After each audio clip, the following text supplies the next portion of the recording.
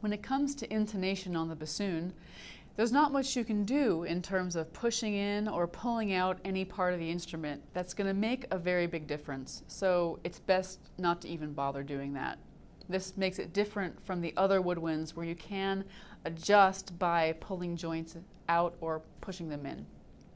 On the bassoon, what really sets the general level of pitch is the reed, the embouchure, and the air. And if you have a good reed and you're playing with a good embouchure and a good airstream, you should be in the ballpark.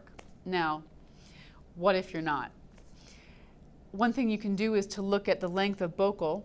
The bocal is rated in 3 lengths, well 4 actually, 0 through 3, and the smaller the number, the shorter the bocal will be, and the shorter the bocal, the higher the pitch. The longer the bocal, the lower the pitch. The most common length of bocal is what we usually call a number 2 bocal. That's a nice middle ground. You want to make sure that you don't have any zeros or ones in your bassoon cases, because that will really make the pitch go up pretty drastically. Now, an important thing to know about bocal lengths is that they're not entirely standard, unfortunately.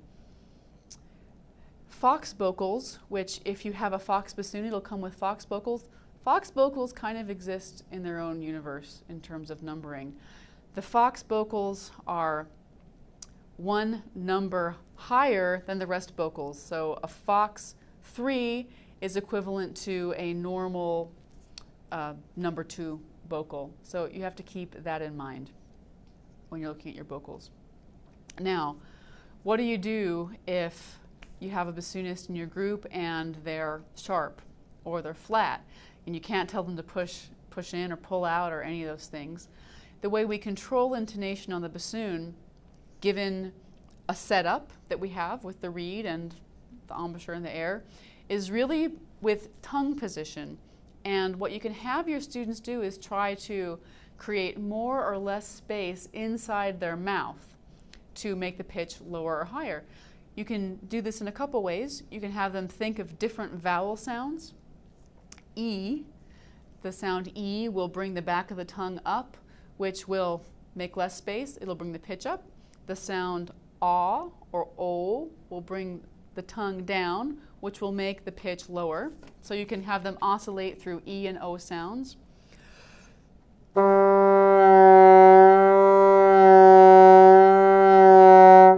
I'm just moving my tongue around inside my mouth. I'm not changing anything here. I'm not moving my jaw, just my tongue. The other thing you can have them do if the vowels aren't really working and they're sharp, which is more likely to be the case, is to have them think of having something inside their mouth, like a boiled egg or an Easter egg. And that'll give them the sense of, oh, I've got to have space. My tongue's got to be down low to make room. Also, if you make sure that their tongue is anchored to the tip, with the tip of the tongue to the back of their lower lip, like aw, that will also promote space inside the mouth. And it'll also give them a way to have a point of stability as they move the tongue up and down further back in the mouth. If your student is flat, it could be because they have too much room in the mouth. That's not too common.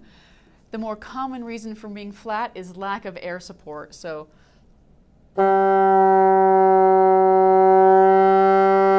you can have them practice blowing up the pitch just by moving their air faster.